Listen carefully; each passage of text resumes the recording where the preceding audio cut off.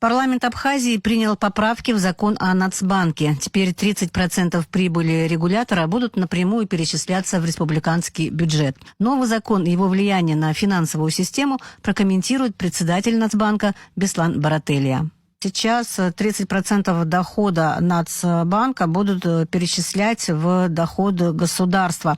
Что значит для Банка Абхазии эта новость, это событие? На самом деле для Банка Абхазии это большое событие. Я хотел выразить благодарность нашим депутатам и администрации президента, всем, кто участвовал в работе над поправками, к закону о Национальном банке. Национальный банк, естественно, был одним из инициаторов этих изменений. Мы в течение 2 лет очень плотно работали над законом, и там очень много полезных вещей для стабильности, для укрепления банковской системы и, главным образом, финансовой стабильности Национального банка. Но то, что вы говорите, 30% перечисления бюджета, это закреплено законом с сегодняшнего дня будет. На самом деле Банк Абхазии до этого переводил 20-25% прибыли в бюджет, но это было решение принималось правлением Банка Абхазии. Сегодня это будет законом, оставшиеся 70% будут идти на докапитализацию банка, на расширение кредитного портфеля и так далее.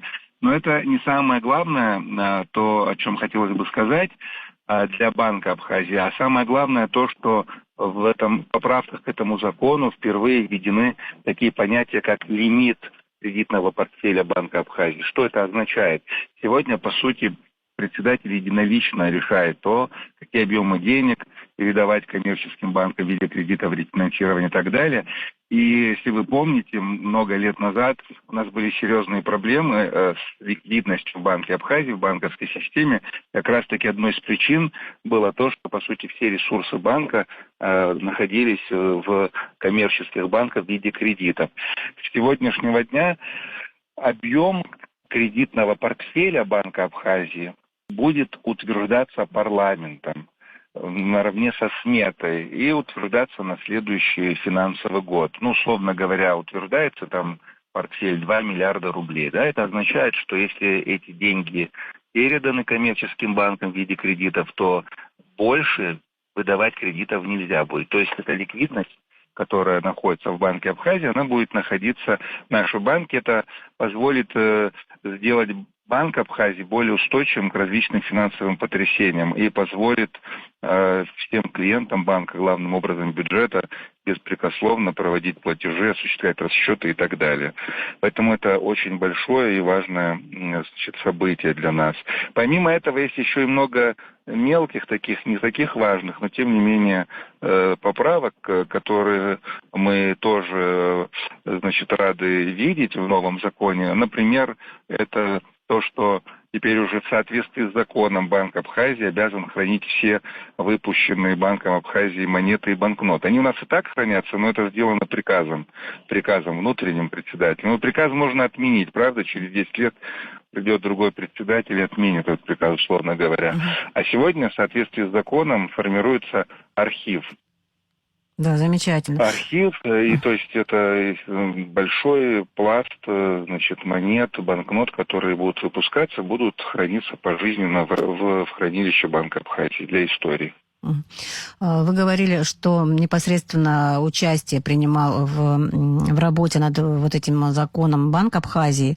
К чему вы стремились, работая над этим законом? Что вам жизненно было необходимо для более эффективной работы? Вот если перечислить все поправки, то я бы остановился на главной, вообще ради чего все это начиналось, это установление лимита кредитного портфеля Банка Абхазии.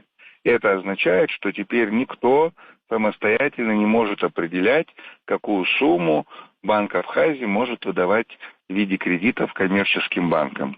Тот объем, который, может работать в коммерческих банках, объем средств, будет устанавливаться не председателем банка, а непосредственно парламентом.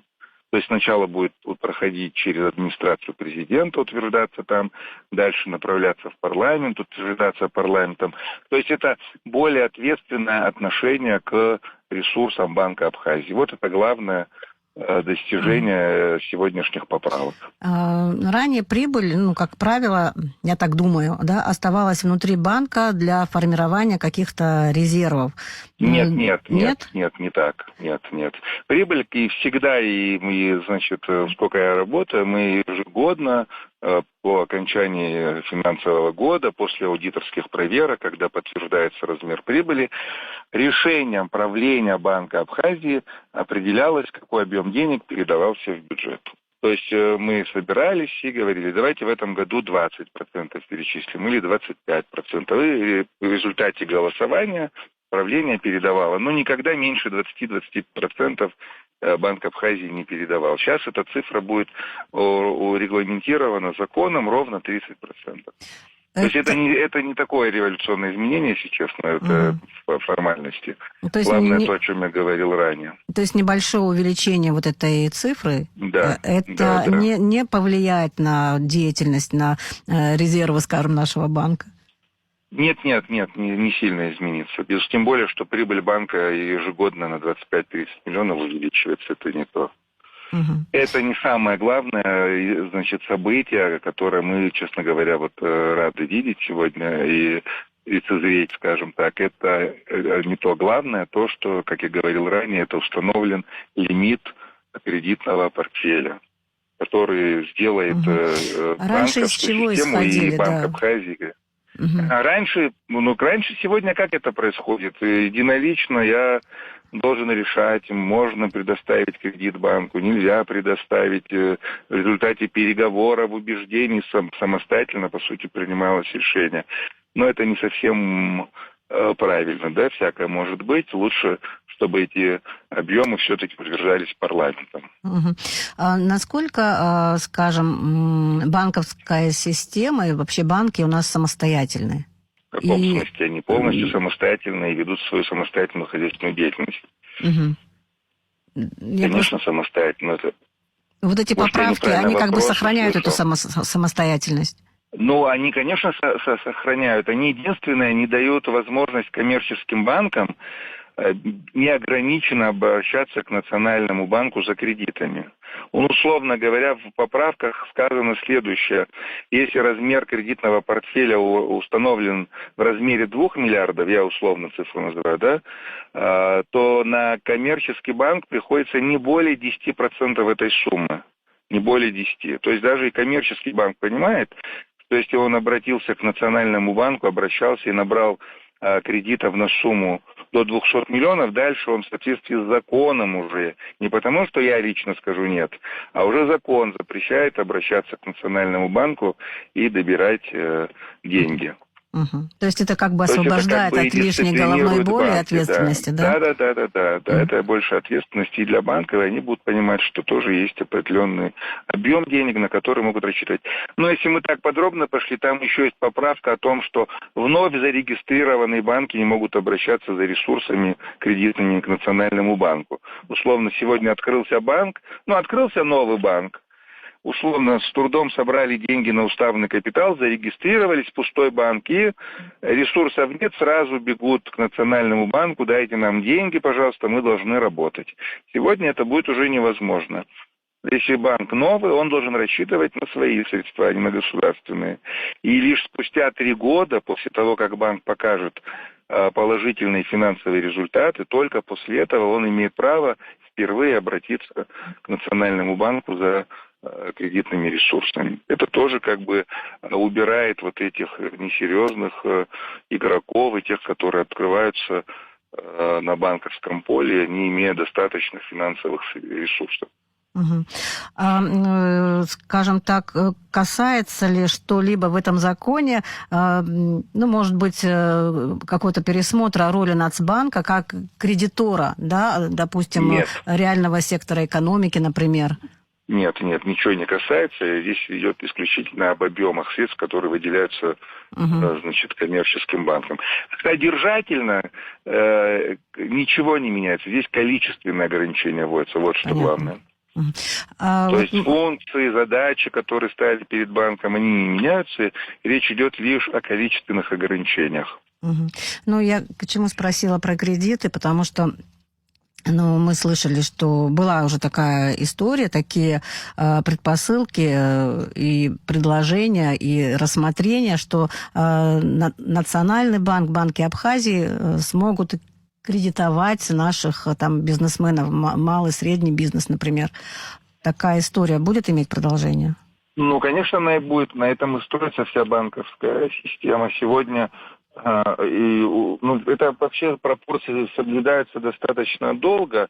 Вот сегодня объем кредитов, объем кредитного портфеля, который коммерческие банки Абхазии выдали и юрлицам, и физлицам Абхазии, составляет около 7 миллиардов рублей, из которых 40%, около 40% этой суммы приходится на кредиты юрлицам и около 40% индивидуальным предпринимателям. И лишь 20% физлица. Соответственно, из 7 миллиардов, условно, 1,5 миллиарда это кредиты физлицам, а 5,5 миллиардов выданы юрлицам и индивидуальным предпринимателям. И сегодня банковская система Абхазии работает на развитие экономики. Другое дело, что это не такие большие средства, которые бы позволили удовлетворить спрос всех желающих. Денег всегда не хватает. Но уже сегодня можно говорить о том, что суммы становятся значительными. Да? Если там несколько лет назад объем кредитного портфеля мог быть 1,5-2 миллиарда рублей, потом 3 стал, сегодня доросли до 7. Но эта тенденция будет продолжаться, и, естественно, и в дальнейшем. Ну, и такой еще один вопрос, может, напрямую не касается, но тем не менее, Нацбанк как-то участвует в распределении финансовых средств российских банков, которые выдаются на кредиты для наших предпринимателей там по льготным ставкам? Нет, Национальный банк, это будут решения исключительно коммерческих банков. В хозяйственную деятельность, в оценку кредитных рисков мы не вмешиваемся. Нет, это исключительно работа кредитных организаций Абхазии. Но это будет? Ну, наверное, будет. Некое Программа софинансирование, да. говорили вот об этом. Да. Это уже вопрос вы лучше к министру экономики задайте туда. Вот. Просто это программа Министерства экономики, поэтому я не совсем уполномочен комментировать и рассказывать о ней. Лучше пусть Министерство экономики говорит. То есть это такой положительный момент, хотя когда обычно люди узнают, что больше ты начинаешь платить куда-то, отдавать своего дохода, кажется, что это момент не очень приятный, но тем не менее для банка это получается довольно позитивное явление. Да, конечно, мы даем больше, и в процентах будет больше. Еще раз повторюсь, что прибыль Банка Абхазии стабильно увеличивается, поэтому те суммы, которые Банк Абхазии перечисляются в бюджет, растут ежегодно. Конечно, это тоже наш посильный вклад в бюджетную систему нашей страны. Спасибо большое. Спасибо, всего хорошего.